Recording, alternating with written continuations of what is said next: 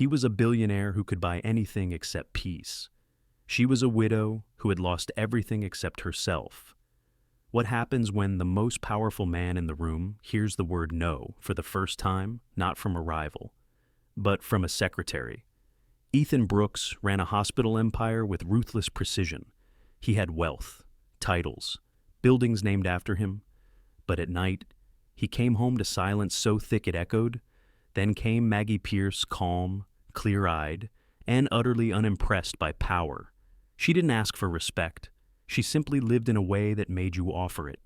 When she walked away, he realized what he was really missing. Imagine this. You've built your entire life on control. Then one day, someone comes along not to take it from you, but to remind you how much lighter life feels without it. What would you do? This isn't just a love story. It's a story about listening, about healing, about finding someone who sees you, even when the rest of the world only sees your title. If this story touches something in you, don't forget to like, share, and leave a comment below. We'd love to hear from you. Now, let's begin. Ethan Brooks had built an empire of healing, but no one ever told him he needed healing too. Until one woman said one word he had never heard: no. That word hadn't come yet, not officially, but it was on its way. Somewhere beyond the polished marble floors of Central Haven Hospital's executive wing, it was being spoken, slowly making its way toward the man who had lived his entire adult life on the assumption that no one would ever say it to him. Ethan sat behind his glass-top desk, overlooking the sun-drenched coastline of Santa Barbara. From this height, the world looked manageable, predictable, obedient, just the way he preferred it. He wore his usual charcoal suit, crisp white shirt, no tie. His watch, a gift from a grateful patient 15 years ago, ticked soundlessly on his wrist. There was nothing out of place, not on the desk, not in the room, not in the life he had so carefully constructed since his divorce 8 years ago. Every morning began the same: up at 5, treadmill at 5:30, protein shake at 6, email check by 6:30. The car arrived at 7, office by 7:30. From there, he ruled. It was a quiet kind of power, clinical, precise, sterile, like an operating room, like Ethan himself. He hadn't always been this way. Once, long ago, he'd believed in softer things like family dinners, spontaneous road trips, holding hands for no reason at all. But medicine had taught him discipline, business had taught him control, and heartbreak had taught him the most important lesson of all: never need anyone more than they need you. "Dr. Brooks," came the voice from the speaker on his desk. It was Marla from HR. "Do you have a moment?" Ethan pressed the intercom button. "Yes." There was a pause too long to be procedural. Then Marla's voice returned, softer this time. "It's about Carolyn. She's asked to step down." Immediately, Ethan blinked once. On what grounds she cited ongoing stress and burnout. She's been seeing the staff psychologist for several months. Apparently, none of us were aware. A silence settled over the room like a fog. Carolyn had been with him for nearly 6 years. She never raised her voice, never made excuses, always knew when to speak and, more importantly, when not to. She'd built her life around his schedule, sacrificed holidays, worked through pneumonia one year without telling him.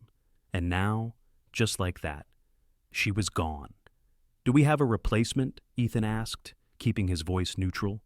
"We've scheduled an interview this morning. She comes highly recommended. Her name is Margaret Pierce, former executive secretary to the dean of Pacific State University, widowed, 1 adult son, impeccable record.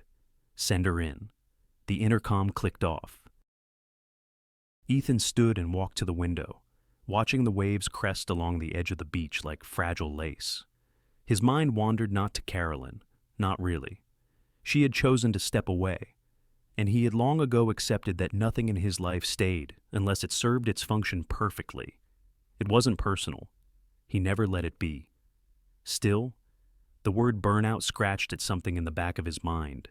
He dismissed it. The knock came exactly 4 minutes later, prompt, but not over-eager. "Come in," Ethan said, his voice steady. The door opened, and in stepped a woman, unlike any he had worked with before. She wasn't young, thank God. He had little patience for youthful ambition, packaged in tight suits and nervous smiles. But she wasn't old either. She moved with quiet confidence, the kind that didn't demand attention, but drew it nonetheless. Margaret Pierce Maggie, as he would later come to call her, had soft gray eyes that seemed to take in the whole room in a single glance. Her dress was simple, tasteful. No jewelry, except for a thin silver band on her right hand. Not a wedding ring, something older, more personal.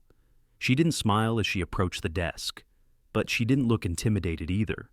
She looked present, completely, disarmingly present. "Dr.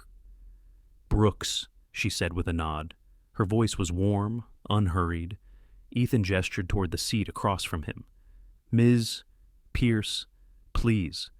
She sat with ease, not slouched, not stiff, just balanced, like she belonged here.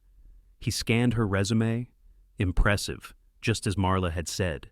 But it was her demeanor that unsettled him. Not because it was inappropriate, but because it felt real, unfiltered, unaffected.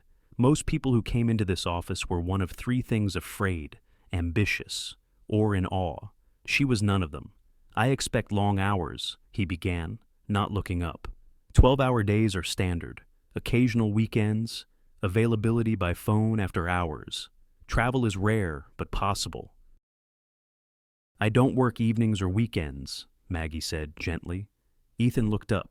She didn't flinch, didn't fidget, just held his gaze, calm as morning light. "I've raised a son, lost a husband, built a career, and learned that no job, no matter how well paid or prestigious, is worth losing myself over again." Ethan leaned back slightly. He couldn't remember the last time someone had said no to him, at least, not without immediately apologizing for it. There was no apology in her tone, just clarity. "I'm efficient, focused, respectful, but when I leave the office at 5, I become a different version of myself, one who gardens, reads poetry, hosts Sunday dinners. That woman keeps this woman sane." Ethan said nothing, not out of offense, but out of fascination.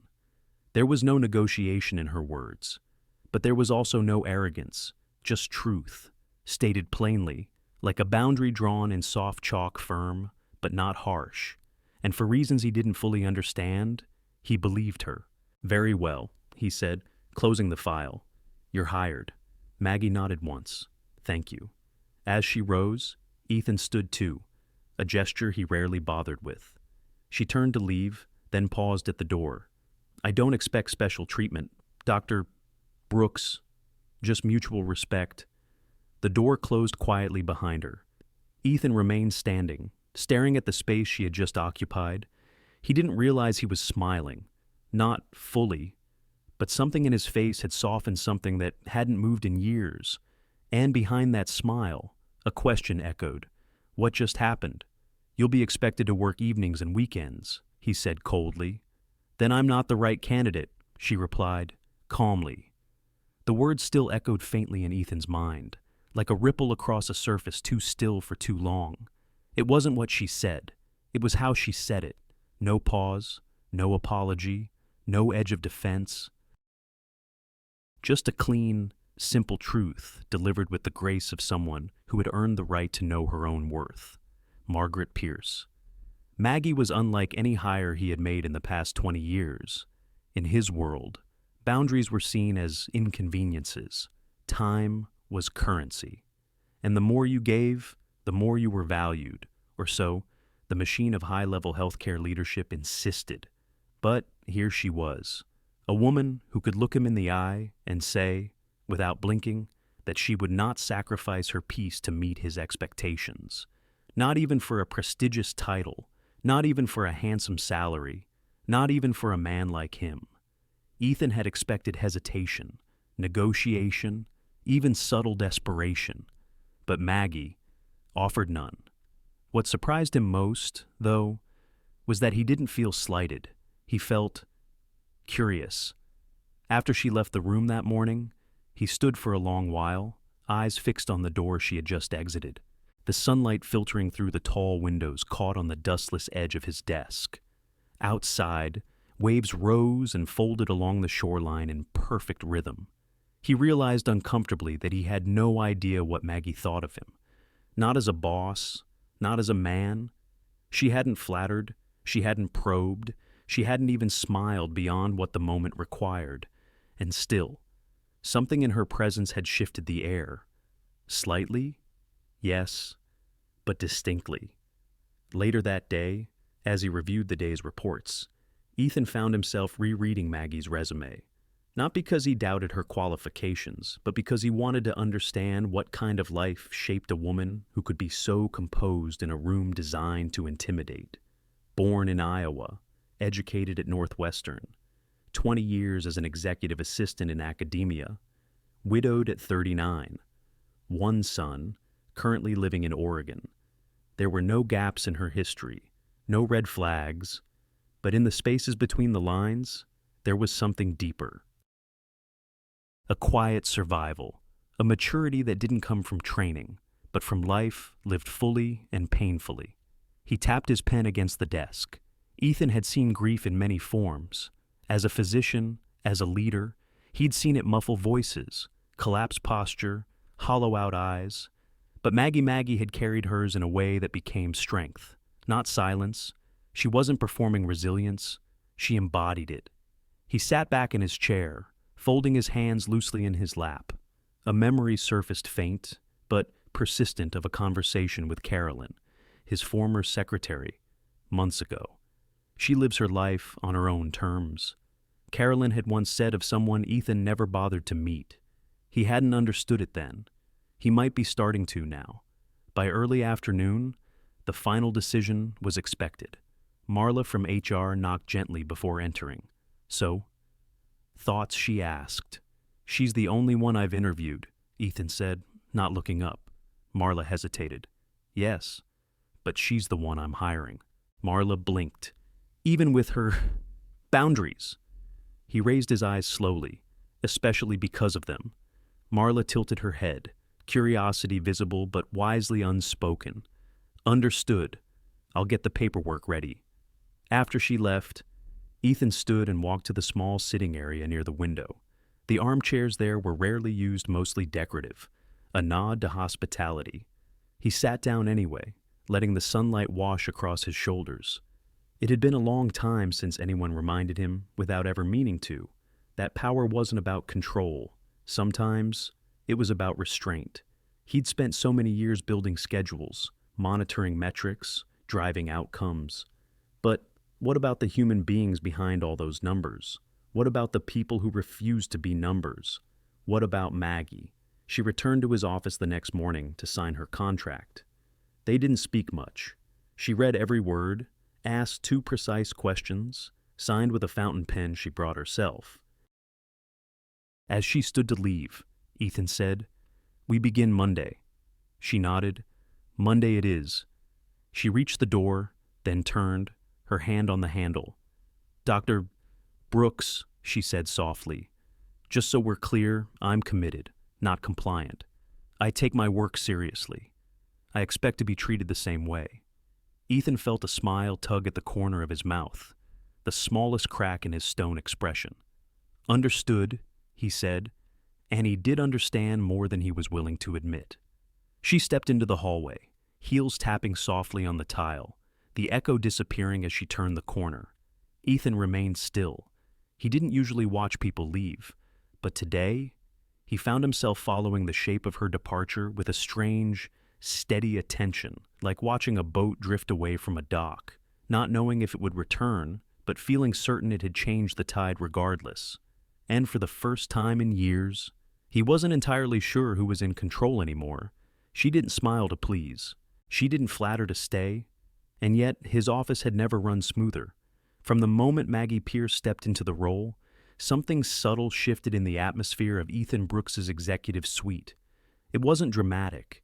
There were no grand pronouncements, no flashy presentations, no scent of ambition hanging in the air, just a calm, deliberate presence that moved through the room like wind through tall grass, unassuming, but undeniable. Ethan didn't notice it the first day. He was too caught up in quarterly figures and a board meeting that went longer than necessary. But by the third day, there was a rhythm to things he hadn't felt before. Meetings started on time, ended on time, files appeared where they needed to be, already annotated, color-coded, and trimmed of the usual clutter. Emails that once piled into a digital avalanche were sorted, summarized, and marked with only the ones requiring his input. It wasn't magic, it was Maggie. She didn't overstep. She simply realigned. Ethan, a man used to orchestrating every detail of his life, began to notice he was breathing easier. He hadn't realized how much of his mental energy had gone into compensating for inefficiencies until they were gone. He observed Maggie quietly in their morning briefings. She stood, never sat, holding a slim leather-bound notebook and a black pen that clicked only once. Her voice was steady, low, without the performative tone so many used when they spoke to him. There was no "good morning, sir," no nervous chatter, just, "Here's what's changed since yesterday. Here's what needs your review. Here's what can wait." Ethan found himself listening, really listening. That alone was a surprise. It wasn't just the logistics that changed. It was the energy. Ethan's staff, his assistant managers, department heads, even the facilities crew seemed less tense, less afraid of making a wrong move. One morning, his chief of finance, a typically reserved man in his late 50s, stopped by Ethan's office just to say, "I don't know who she is, but she's good. You don't even realize she's fixing things until they're already better." Ethan nodded, keeping his expression neutral. But inside, something warmed, not pride. Exactly Maggie's competence had little to do with him, but appreciation. She didn't just understand systems, she understood people. When a junior nurse left a file in the wrong inbox and panicked, Maggie didn't escalate it. She walked it over herself, smiled, and said, "We've all had mornings like this. Tomorrow will be better." The nurse nearly cried from relief. No one taught that kind of grace. The real turning point, however, came late on a Thursday afternoon. Ethan had just returned from a site inspection at one of their partner clinics, and he was tired, bone-deep tired. He dropped his briefcase on the side chair, loosened his collar, and opened the folder marked Confidential Legal. It was a proposed amendment to the Patient Privacy Agreement, dozens of pages long, dense, legalese on every line. He skimmed it quickly until something caught his eye. On page 14, nestled inside a paragraph about data sharing protocols, was a clause that allowed third-party pharmaceutical representatives limited access to non-identifying patient recovery data for research and partnership evaluation. It was vague, too vague, and potentially a public relations disaster if misinterpreted. Ethan's pulse quickened. How had legal let this slip? He reached for his phone, already dialing the chief legal officer, when he noticed a pale yellow post-it note stuck discreetly on the edge of the page. "Flag this clause. Suggesting rewording or removal feels legally sound but ethically unsteady. M.P." Ethan stared at the note for a long moment.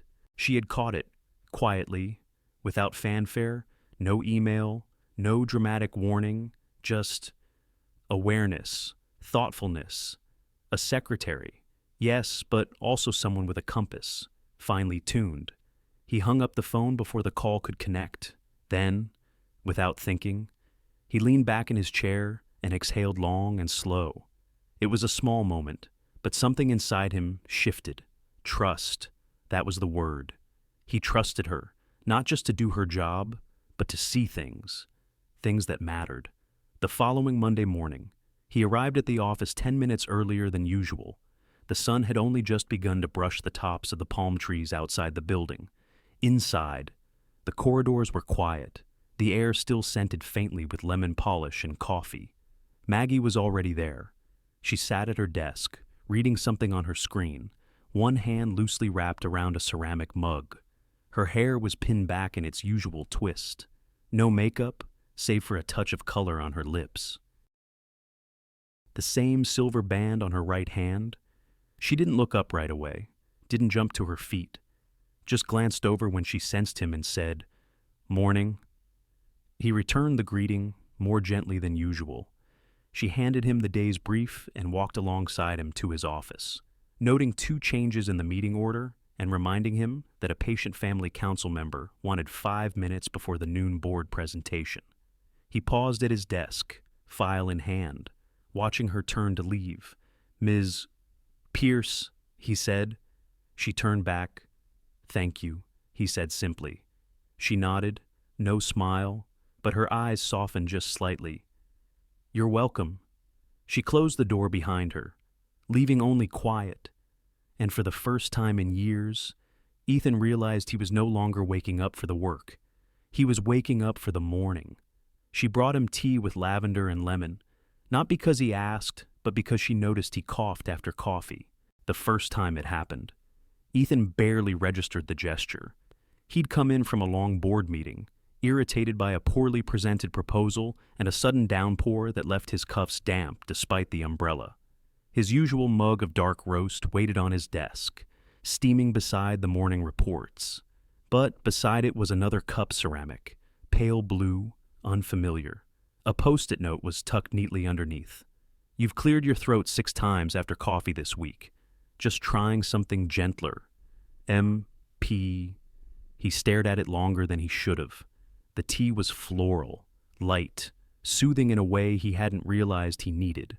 The lemon wasn't sharp, just present. The lavender lingered on the back of his tongue like calm in liquid form. He didn't mention it, but the next morning, it was there again, and the next, and again. It became their unspoken ritual, not a replacement, not an order, just an offering, thoughtful, quiet. Maggie never asked if he liked it. She simply placed it where it needed to be, each morning, without fail. It wasn't the tea, really. It was the fact that she had noticed. Ethan had spent most of his professional life being observed for efficiency, performance, success. But this was different. This wasn't measurement. It was care, soft, unobtrusive, entirely unnecessary. And that was what made it matter. She noticed patterns, adjusted things before they became problems. She read between silences, knew when not to fill them. He began to feel something unfamiliar during their daily interactions, an ease that crept in like morning light under closed curtains. She never asked about his weekend, but she remembered the names of board members' spouses, the favorite coffee of the nurse administrator, and which pen Ethan preferred for signing donor letters. There was no flattery in it, just presence. He started to look forward to their 5-minute check-ins, not for the agenda, but for the space, the steadiness, the way she made the room feel less sharp. It was on a particularly gray Tuesday afternoon, one of those days where nothing was quite wrong, but nothing was right either, that Ethan found himself speaking without planning to. They were reviewing a donor's speech notes when he paused, tea cooling in his hand. "My father used to drink tea with lemon," he said, without looking up. Maggie didn't answer. She just listened. He was a school principal, quiet man, not much for talking, but when he did, you remembered it. He turned the mug slowly, watching the light catch on the rim. Never touched coffee. Said it made people too anxious. He kept a drawer of twinings at home, lavender, lemon balm, chamomile. He glanced at her. She hadn't moved. He died the year I started medical school. Massive stroke. No warning. I wasn't there. Still. She said nothing, not because she didn't care, but because she knew this wasn't a story that needed commentary. It needed space. Ethan let out a slow breath. I spent years trying to outwork that grief. Thought if I became successful enough, dedicated enough, I'd earn the time I didn't get with him. He chuckled, bitterly. Turns out, you can't buy back 24 hours, no matter how many lives you touch afterward. The silence between them was soft, gentle, not empty. Maggie finally spoke, her voice barely above the hum of the heating vent. Grief doesn't respond to logic, only to honesty. He looked up, surprised. She met his gaze evenly. And you just gave it some. Ethan felt something shift in his chest. Not break, not ache, just shift. Like an old door opening in a house you hadn't walked through in years. The next day, he found himself standing in front of the hospital's small courtyard garden during lunch. He hadn't visited it in over a year. There was a bench near the fountain, shaded by a fig tree. He sat there, tea in hand, watching patients and staff move through their day. He didn't bring his phone. He didn't answer emails. He just sat. When he returned to his office, Maggie was at her desk, reading through a budget request.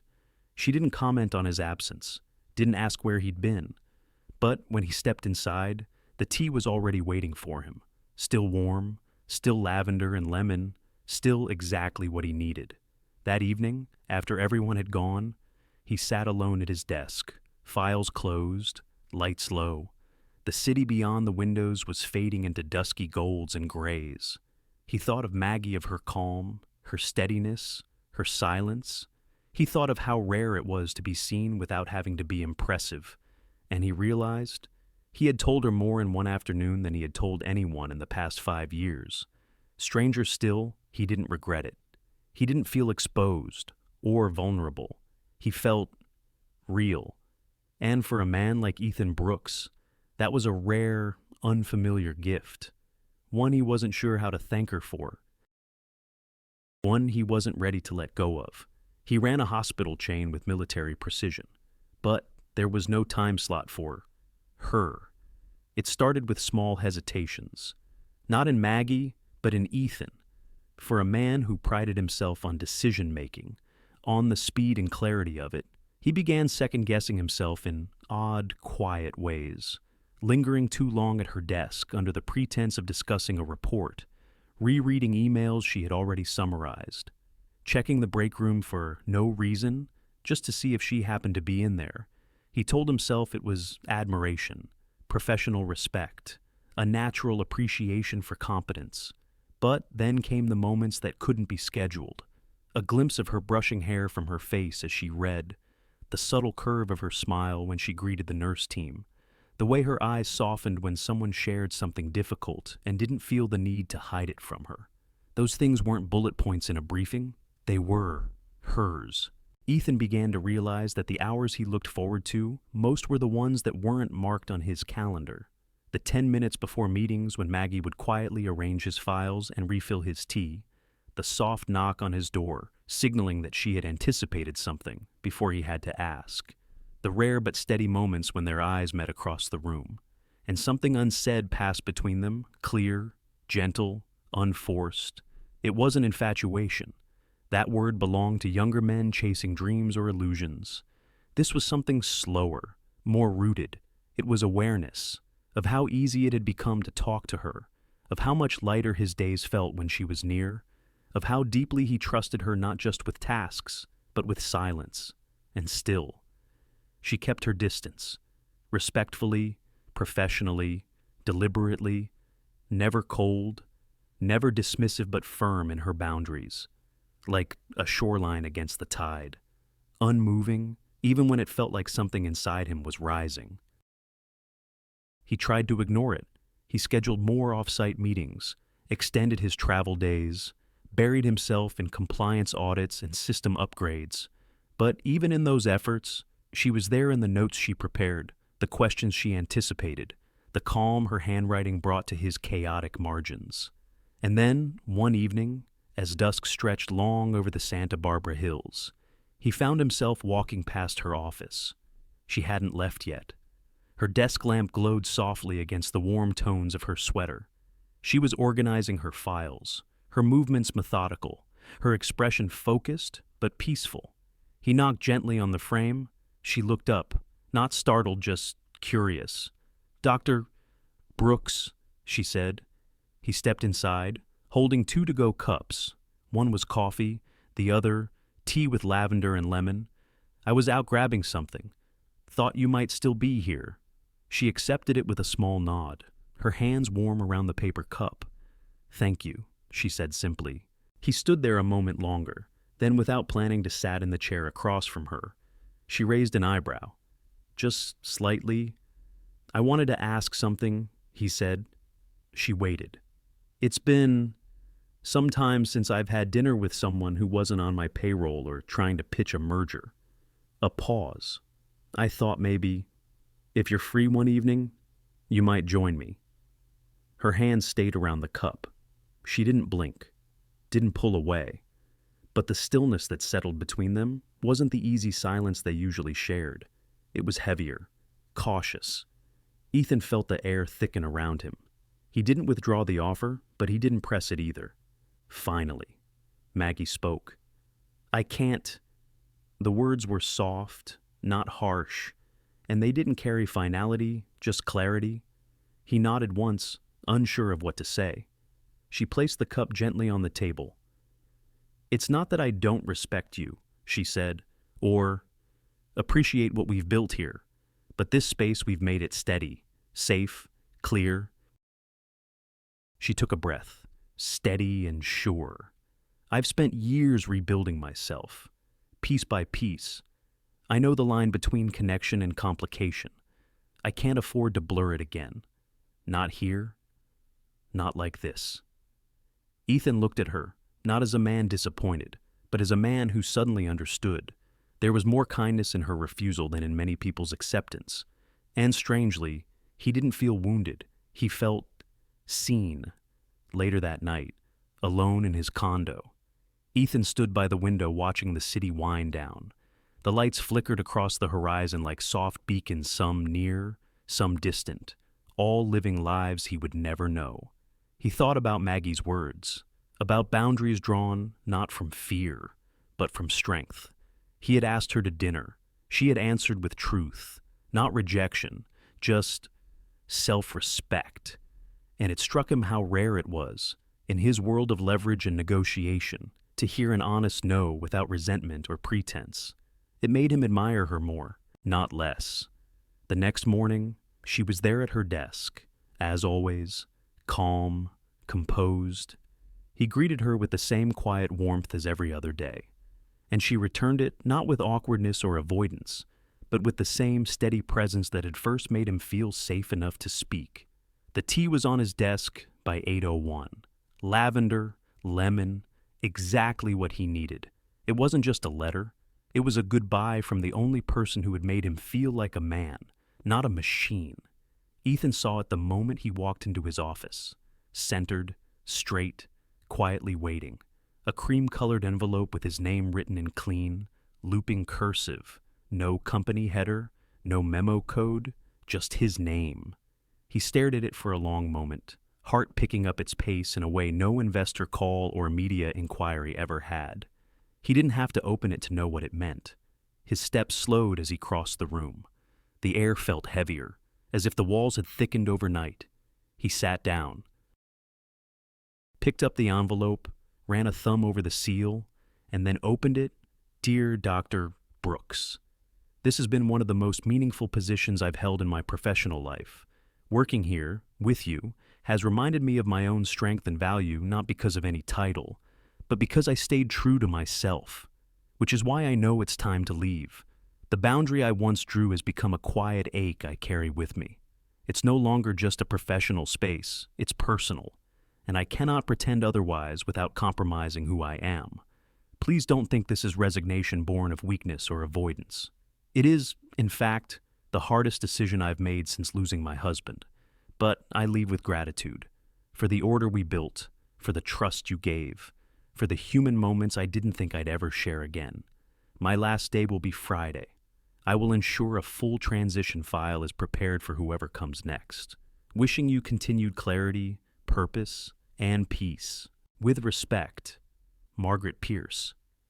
The paper trembled slightly in his hands, though the office was still. For a moment, he did nothing. No reaction, no reaching for his phone, no calling Marla or legal or HR, just silence. The kind that comes after impact, the kind that fills the space where a presence used to be. He had thought the moment would come with warning, some signal, a missed step, a strained glance, but Maggie had kept her grace until the last minute. Even in goodbye, she was composed, not dramatic, Not cruel, just resolute. And yet, something in Ethan fractured, not visibly. He didn't break things, didn't raise his voice. That wasn't his way. But inside, a quiet collapse. Because what do you do when the person who never needed you becomes the one you need most? He didn't know. The rest of the day unfolded with painful normalcy. Meetings, calls, reviews. Maggie came and went, delivering notes, forwarding emails, confirming calendar adjustments precisely as she always had. No faltering, no avoidance, but also no lingering glances, no morning tea, no small acknowledgments. She had already begun her departure, not by walking out, but by gently removing herself from the spaces where their connection used to live. Ethan noticed it all, and he felt it, every inch of it. That evening, after the last meeting, he stayed at his desk while the office dimmed around him. He could hear the custodial staff further down the hall, the soft click of vacuum wheels against tile.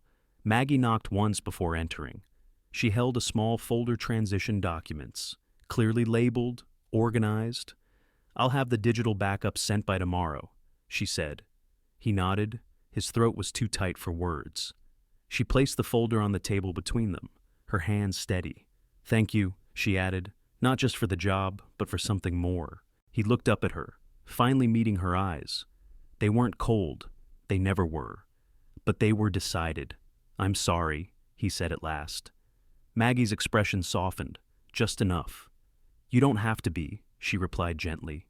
"Some things are beautiful, even when they're unfinished." It was the kindest thing anyone had said to him in years. She turned to leave, pausing briefly at the door. "I left your tea," she added. One last time, then she walked out quietly, gracefully, like always, and Ethan didn't follow. Couldn't. His feet stayed rooted, his hands still resting on the desk, his heart suddenly heavier than the years he'd spent trying to protect it. Minutes passed, maybe more. The room felt larger without her in it, and colder, though the thermostat remained unchanged. He glanced toward the corner of the desk. The cup was there, ceramic, pale blue, lavender and lemon, still warm. He picked it up, but didn't drink it. Instead, he closed his eyes and let the scent wash over him. He thought of every small moment, every word unsaid, every boundary honored, and for the first time since Maggie had entered his life, he had no idea what to do next. Not because he lacked direction, but because the map he'd followed no longer fit the terrain of his heart. He had money, power, and buildings with his name on them. But that night, the silence in his condo was deafening. Ethan stood in the entryway, key still in hand, coat draped over his arm. The lights were off, save for the soft amber glow of the hallway sconce. The condo was immaculate, just as he left it, quiet, expensive, lifeless. He didn't move for a while. The place had once felt like a sanctuary. Now, it felt like a museum curated by someone who'd forgotten how to live. He stepped inside, closed the door behind him, and noticed something odd. His teacup from the morning was still in his briefcase, lavender and lemon, the last one. He carried it into the kitchen and set it on the counter. He didn't pour it out. He couldn't. That evening unfolded in long silences and restless pacing. The fridge was full, but he wasn't hungry. The TV flickered with muted news, but he wasn't listening. The city lights blinked outside his windows, but they didn't hold his gaze. Instead, he wandered from room to room like a stranger in someone else's life.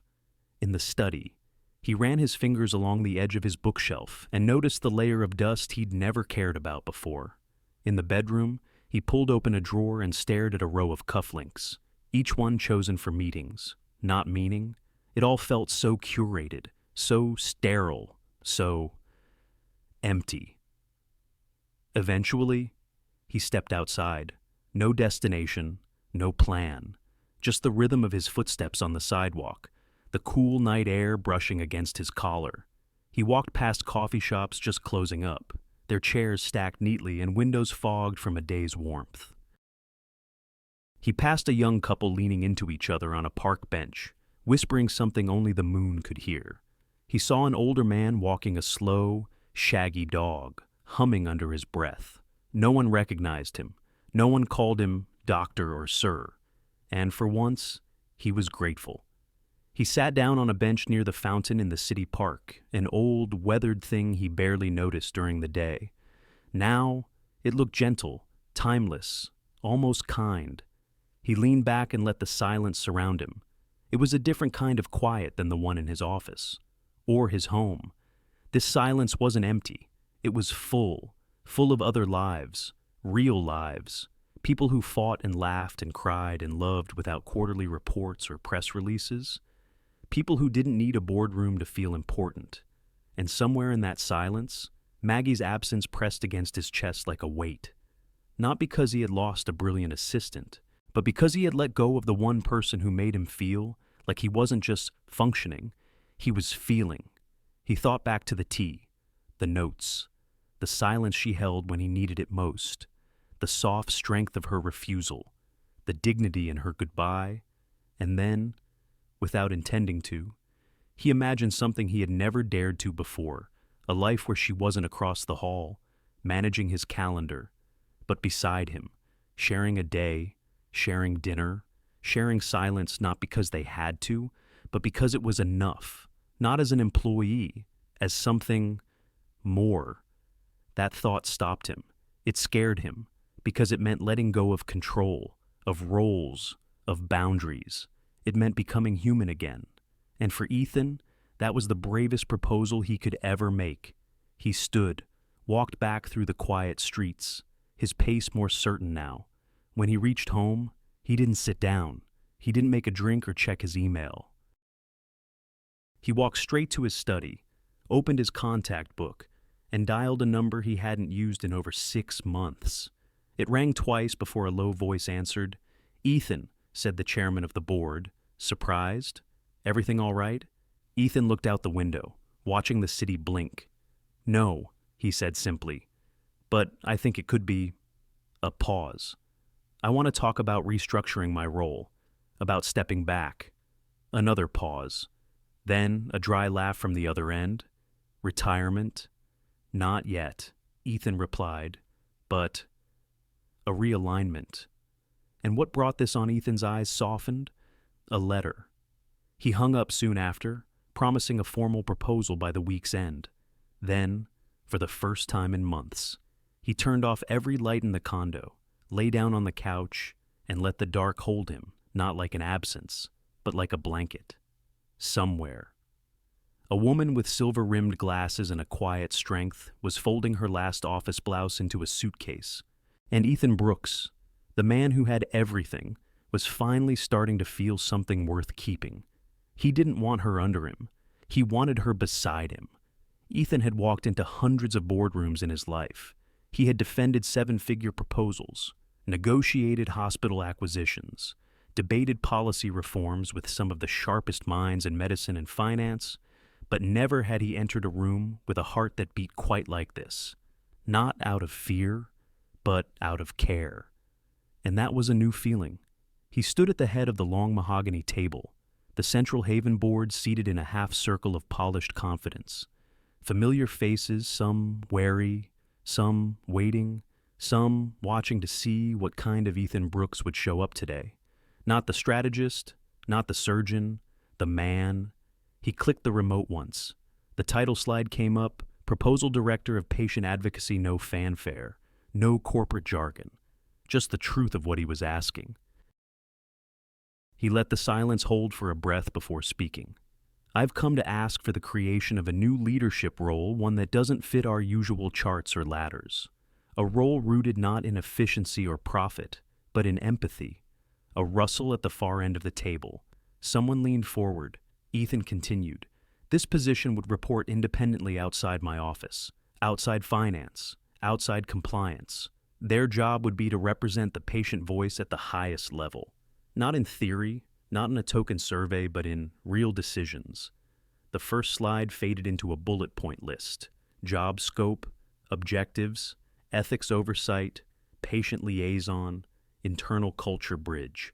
He spoke clearly, each word trimmed of excess, but behind every line, he thought of her, of the way she noticed a nurse's tired eyes before the nurse even spoke, of how she remembered birthdays no one else did, of how she had made the air in his office feel breathable again. One of the board members, a retired oncologist, asked the inevitable question. Why now? Ethan looked him in the eye. Because healing is not just about medicine. It's about being seen, heard, dignified. We have systems, we have structures, but we lack someone who walks through the cracks, who sees not just outcomes, but people. He took a breath. I know someone who already does this, without a title, who has earned the trust of both patients and staff, who never asked to lead, but people follow her anyway. And what's her name? Another board member asked. Ethan paused, then answered, simply, Margaret Pierce. The room quieted, some nodded, a few murmured in recognition. She's not a nurse, nor a doctor, he continued, but she understands both languages, and she carries neither bias nor agenda, just care. The kind we talk about in our mission statements, but rarely appoint a seat at the table for. There was something raw in his voice, not rehearsed, not polished. Real. It hung in the room, more compelling than any graph he could have shown. The board deliberated briefly. The legal counsel asked a few clarifying questions. HR proposed structuring it as a hybrid advisory director role. Ethan agreed. In the end, they voted, unanimously. The position was approved, and with it, a space purposefully carved for a different kind of leadership, not based on rank, but on presence. That evening, the sun had begun to dip into the Pacific, casting a quiet warmth through Ethan's condo windows. He stood by the desk, phone in hand, heart louder than he wanted to admit. He hesitated, not out of doubt, but respect. Then he called. The line rang once, twice. Hello? Her voice, clear, steady. It had only been a few days, but it felt like a season had passed. Hi, Maggie, he said. It's Ethan. A pause. Not awkward, just careful. I hope this isn't too late, he added. It's fine, she replied. What's going on? He explained, not rushed, but direct. The new role, the structure, the intention. He told her what it wasn't a promotion, a favor, a way to hold on to her, and what it was a role designed with her values in mind, independent, respected, necessary. She listened without interruption. When he finished, she said nothing for a long moment. He waited, let the silence breathe. Finally, she asked the question he expected and hoped for. Why me? He let out a soft breath. Because when you walked into my office, things got quieter, not just around me, but inside me. And because when you said no, it wasn't defiance, it was clarity. I trust you, Maggie, not just to advocate, but to guide. Another pause. You don't owe me an answer, he added. She gave a gentle exhale. No, but I do owe myself one. Then, quietly, I'll meet you. To talk. He closed his eyes for a moment, as if grounding himself. Anywhere you'd like, he said. A small pause, then, the garden by the rehab wing. Friday, 4 p.m. He smiled, not wide, just real. I'll be there. After they hung up, Ethan sat by the window with his tea. Yes, still lavender and lemon, and looked out over the city he had helped shape. But tonight, his mind wasn't on buildings or systems or titles. It was on a bench, under the jacaranda tree, where maybe the woman who once said no might be ready to say something else. They met where no one wore a tie, where no one was called sir. The garden behind the rehab wing was quiet that afternoon. Late summer light filtered through clusters of wisteria, their violet petals swaying in the breeze like small, thoughtful dancers. A nurse passed slowly in the distance, pushing an elderly woman in a wheelchair. The fountain murmured softly. Ethan arrived early. He always did. But today, he wasn't checking his watch. He wasn't revising mental talking points. He simply sat on the wooden bench beneath the wisteria and breathed. It smelled faintly of lavender. He didn't bring a folder, no papers, no phone, just himself. By the time Maggie walked into the garden, the shadows had lengthened slightly. She wore a navy blouse, simple earrings, her hair pulled back. She looked like herself, not a version of herself for an office, just Maggie. Their eyes met, and for a moment, neither of them spoke. She walked over and sat beside him, not too close, not too far, just enough. The silence that followed wasn't awkward, it was present. A kind of stillness Ethan had come to associate only with her, the rare kind that didn't demand to be filled. Birdsong filtered in from the hedge. Somewhere, a gardener turned off a hose. Finally, Maggie spoke first. "It's quieter than I remember." Ethan smiled faintly. "I've been coming here more often lately." She nodded once. "It suits you." They fell into another pause, but this time it felt like a beginning, not a gap. "I read the full role description," Maggie said, not looking at him. "It's thoughtful." "I had help," he said gently. She glanced at him. "From who?" He hesitated, then shrugged. "From all the moments I didn't handle well." That made her smile just a little. He looked down at his hands, resting on his knees. "It's strange, isn't it? You spend your life building things, systems, outcomes, but sometimes the most meaningful change comes from something small, like a cup of tea," she said. He chuckled softly. "Exactly." Another pause. Then Ethan asked, more quietly this time, "Have you thought about it?" Maggie nodded. "I have." He didn't push, she went on. "It's a beautiful idea, Ethan, and it's needed. Deeply. I could see myself doing it. Not for you, but for the patients. For the ones who never get to speak in the rooms where decisions are made." He looked at her then, carefully. "That's why I wanted you, because you do it for them, not for me." Maggie turned slightly toward him. Her expression was unreadable, but open. "Why did you really call me back?" she asked, not accusingly, just softly. Ethan let the question sit for a moment. Then, without drama, he answered, "Because I missed being seen." That made her breath catch just slightly. He added, "I spent years being listened to, followed, even admired, but rarely understood. You did that without asking for anything in return." She said nothing, and he didn't go further, didn't offer declarations, didn't cross lines, because some truths don't need escalation, just space, and she gave it. The wisteria swayed gently above them. A petal fell onto Maggie's shoulder.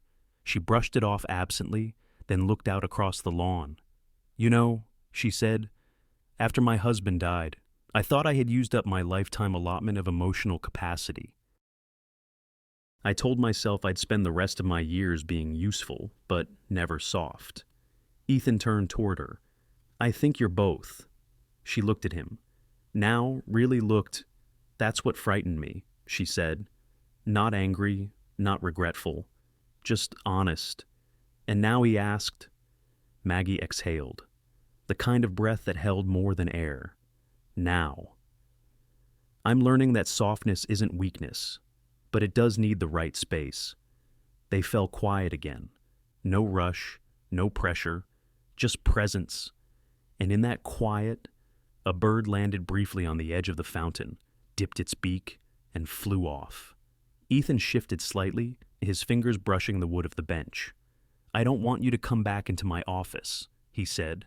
She tilted her head. "I want you to come back into the work," he clarified, "but not into my space, just beside it." Maggie smiled, not wide, but sure, I could consider that. They sat a while longer. Sunlight dappled the path. A child's laughter echoed faintly from the other wing. The air held that rare balance between warmth and wind. Then, slowly, gently, Maggie reached over. Her hand rested on his, not as possession, not as invitation, just as contact, and she let it stay. Ethan didn't speak, didn't move, but something in him quieted, fully, Finally. Not everything had to be solved. Not everything needed a name. Some things simply were. And that afternoon, under the wisteria, two people who had once met across a desk sat side by side with nothing between them but the space they had both earned. She never asked him to change, but he did because for the first time, he wanted to. 6 months had passed, enough for seasons to shift, enough for hearts to settle into new rhythms. At Central Haven Hospital, subtle changes had taken root, not in grand announcements or marketing campaigns, but in the quiet corners where people talked about the things that truly mattered. The position of Director of Patient Advocacy was no longer a novel. It had a name, a rhythm, a presence: Maggie Pierce. Her office was modest, tucked between the staff wellness lounge and a side hallway that led to pediatrics. But everyone found their way there: nurses, interns, even patients' families who had never met her before but had heard, somehow, that she listens. And she did. With full attention, with both warmth and boundaries, with that rare ability to make people feel safe without needing to be saved, Ethan watched from a respectful distance. He no longer hovered, no longer popped in under false pretenses to ask about a memo. He had learned to let Maggie lead in her own way. That was the biggest change of all, not in her, in him. Ethan Brooks, the man who once ran entire hospital networks on 5 hours of sleep and relentless control, had begun doing something radical. He left the office by 6:00 p.m., not always, but often enough that people noticed. He started walking home when the weather allowed. He cooked nothing fancy, but enough to remind himself what butter in a pan sounded like. He called his sister back more often, sent birthday cards, sat longer with colleagues instead of rushing off to the next thing. He still wore suits, still made sharp decisions, still knew the weight of his name, but something in his gaze had softened. It was as if he had finally stepped out of the role he had played for decades and was learning, slowly, how to be Ethan. Not the title, just the man. They never announced anything. No office whispers, no grand declarations. But people noticed. How his expression lifted just slightly when Maggie passed by in the hallway. How he lingered at the hospital garden bench after meetings once a week, never scheduled. How Maggie sometimes brought a second cup of tea to her office. And how it was never wasted. On the administrative floor, Marla from HR told her new assistant, "I don't think they're dating. I think they're becoming." The assistant didn't understand what she meant, but one day she would. Because love, when it's real, doesn't always declare itself. Sometimes it just arrives and stays. Maggie never asked Ethan to slow down. She never demanded that he soften or shift. She only insisted on being herself, and somehow, that gave him permission to meet her there, not in control, not in command, but in presence. He began showing up to department roundtables he used to skip, not to speak, but to listen. When a young nurse broke down about burnout, Ethan stayed after the meeting and asked one simple question. What do you need that we're not giving you? It wasn't a PR moment. There were no cameras, just a man learning to hear what had been there all along. Even his relationship with silence changed. It used to be something he filled with decisions, with movement, with achievement. Now, it was something he kept. He began leaving space at the end of conversations, moments for breath, for thought, for truth to emerge unforced. He realized that Maggie had done that all along, and it had taken him years to see it for what it was. Not hesitation, wisdom. One Friday afternoon, Maggie found a note on her desk. Not an email, a real note, on thick paper, handwritten in neat, deliberate strokes. Garden, 6:15. If the bench is free, E. She smiled, folded it gently, and went. They didn't talk about work, or the past, or the future. They sat. Sometimes they watched the fountain. Sometimes they watched each other. Once, she leaned her head against his shoulder. He didn't move, but his eyes closed, very slowly. That was all. On a Sunday morning in early spring, The light poured through the kitchen windows of Ethan's home, soft and golden. He was barefoot, wearing an old college sweatshirt. Maggie was curled in the corner of the porch swing, her teacup between her palms, her legs tucked beneath her. They had no plans that day, no agenda. A gentle breeze carried in the scent of rosemary from the planter boxes outside. The birds were busy in the hedges. Somewhere, a neighbor's wind chime sang a lazy lullaby. Ethan stepped onto the porch with his own cup and sat beside her. No words. They didn't need them. The silence between them had grown into something warm, not the absence of sound, but the presence of everything else. Trust, peace, companionship. The kind of love that doesn't need to be named to be known. He looked out toward the garden, remembering everything it had taken to get here. The walls he had built, the walls she had honored, the ones they had, gently, allowed to fall. He thought about what he had learned not just about her or about the hospital, but about himself. He used to think leadership was about never being questioned. Now he understood it was about knowing when to be quiet. He used to think control was strength. Now he knew that real strength was choosing connection over certainty. He glanced over at her. She was looking at the sky, relaxed, peaceful. Her hand rested on his thigh, not possessive, not performative, just steady. He placed his own hand over hers. And that was enough. They didn't speak about the future. They didn't need to. Because love, at this stage in life, isn't about grand beginnings or urgent declarations. It's about presence, about choosing to stay, every quiet, ordinary day. And in that still moment, Ethan Brooks, the man who once ruled with certainty, finally learned to live with something far richer: acceptance. We spend so much of life trying to hold things together: careers, responsibilities, appearances. We strive to be respected, needed, even admired.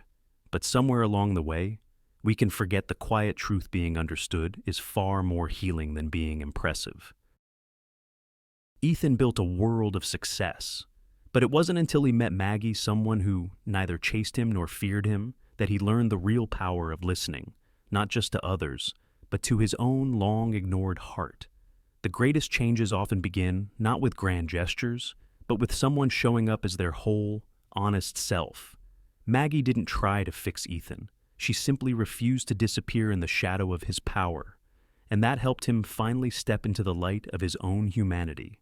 This story reminds us that love isn't about control or rescue, it's about presence.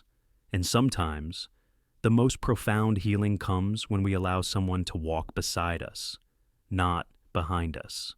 So, today, ask yourself, are you controlling life or are you living it? Sometimes, the softest voices carry the deepest truths. Thank you for spending your precious time with us. If this story touched your heart, helped you feel seen, or simply gave you a quiet moment of reflection, please consider giving it a like, sharing it with someone who needs it, and subscribing to our channel for more stories that speak to the soul. Your support helps us keep telling the kinds of stories that matter. Until next time, take care and keep listening to life's quiet truths.